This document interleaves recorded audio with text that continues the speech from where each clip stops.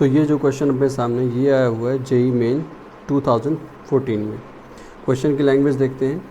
कह रहा है कि सीजियम क्लोराइड क्रिस्टल है और ये बीसीसी लैटिस बना रहा है और इसका एज लेंथ अगर स्मॉल ए ले लें तब आपको बताना है कि इनमें से कौन सा एक्सप्रेशन सही होगा।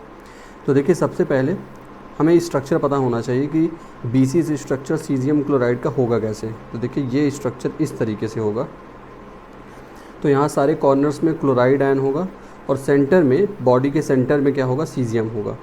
अब अपने को यहाँ हम देख लें सारे ऑप्शंस में क्या अपने से पूछ रहा है, रेडियस पता करनी है सीजियम और क्लोराइड आयन की और उसी का टोटल हमसे पूछा जा रहा है। तो अब यहाँ देखते हैं हम रेडियस पता कैसे करेंगे।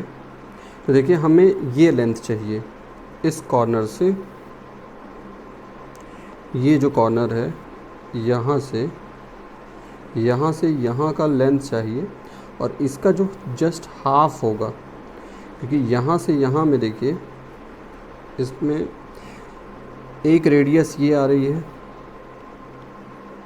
एक रेडियस ये है, एक रेडियस ये है और इसके बाद फिर इसी तरह से यहाँ भी एक रेडियस होगी आर और उसके बाद फिर ये जो सर्कल है इसकी रेडियस होगी आर।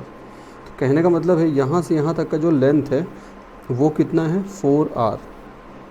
4r में दो रेडियस किसकी हैं, दो रेडियस क्लोराइड आयन की हैं, ये वाली, ये दो रेडियस किसकी हैं, क्लोराइड आयन की हैं।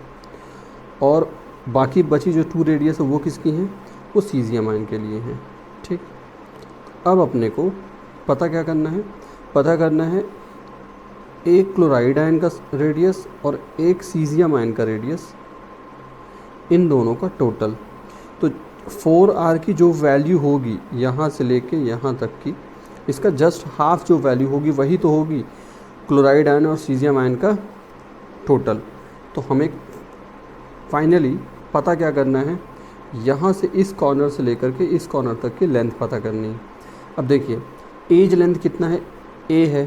तो अगर ये a है और ये भी a है, तब ये वाला जो लेंथ है ये पाइथागोरस थ्योरम से कितना हो जाएगा, ये हो जाएगा √2a।